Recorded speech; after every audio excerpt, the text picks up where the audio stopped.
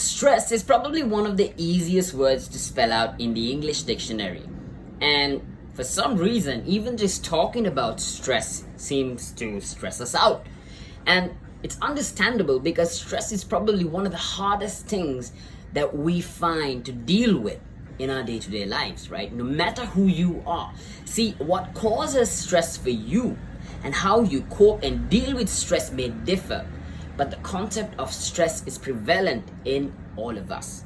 So in today's episode of Progress Not Perfect, we will be looking at stress, what exactly it is, what contributes to stress, how we can mitigate it, and what we can do to use stress to make progress in our lives. Now, before we do anything, we need to understand what stress is, right? And before we understand what stress is, we need to understand what homeostasis is. Now, biological homeostasis means that our body is in equilibrium in terms of elements like body temperature, hydration, and energy, for example. So if I say that I am in homeostasis, it means that I am sort of at an equilibrium. Things are in the right balance. I have the right quantities and the right levels of what my body needs to be healthy, fit, and perform, right? Looking at it from a biological perspective.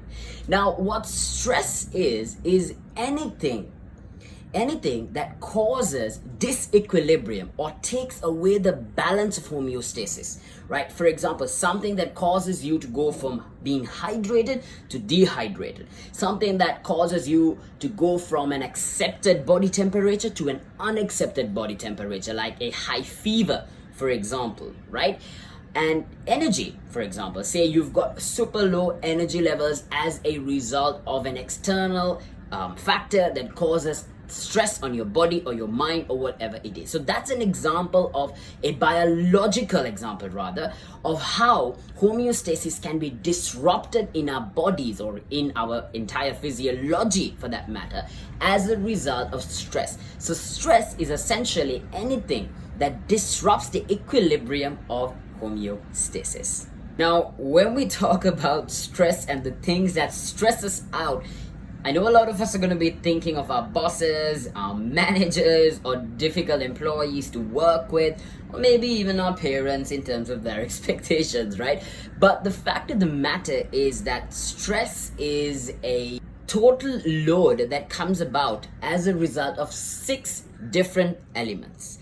So let's take a look at the 6 different elements. Element number 1, our environment, right? For example, pollution, noise, or say like when you come up to your work desk, be it at work or at home, and it's a complete mess, that causes stress. Or if you're trying to get some work done but there's someone just going on and on and on about something that you're not even interested in, that is stress as well. So the first element is the environment, and that contributes to our stress as well. And the second element is physical stress.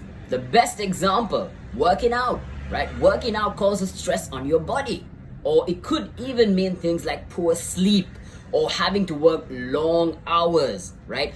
All of these add to the physical stress that our bodies experience. Now, mental stress is another element, and that can come about due to things like, say, decision fatigue, as a result of having to make many decisions, not necessarily big decisions, but it could even be a sum total of many decisions. But yes, big decisions too, and things like information overload as a result of all the different people you meet, the things that they say, the news, the media, social media, all of that can create information overload, which can stress you out mentally.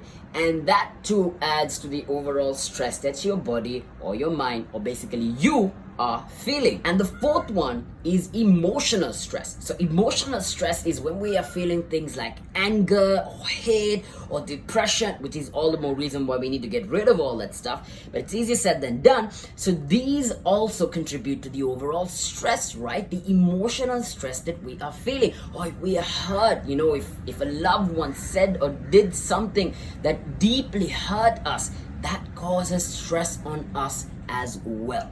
Now, the fifth element is social stress, right? This is caused as a result of being concerned of what society expects of you, what society is thinking of you, of not being sort of accepted into a particular societal group. This happens in workplaces, this happens even at home sometimes, and it happens amongst peer groups, it may happen in your university.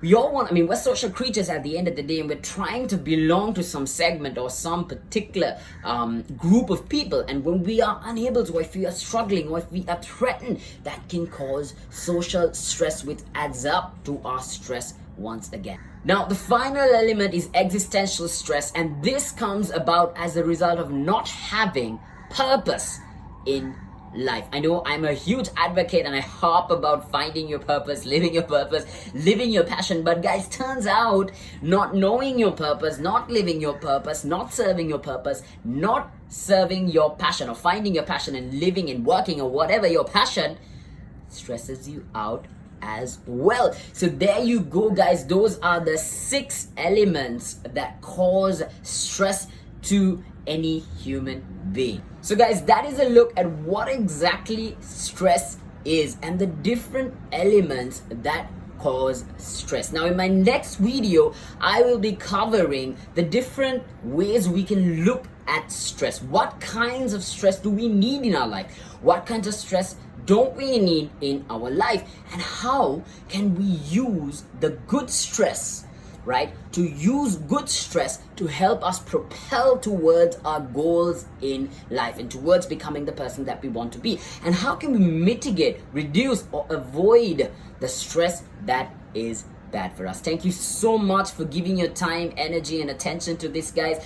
As always, please do remember to comment in the comment section. Let me know what you think. Ask me what you want to know. If you feel I could have done something better, please let me know. But above all, please teach this to someone and share this with someone, because that is how you will remember it the best, and that's how we grow this community of like-minded individuals who want to become the best versions of themselves. Thank you so much. Until next time.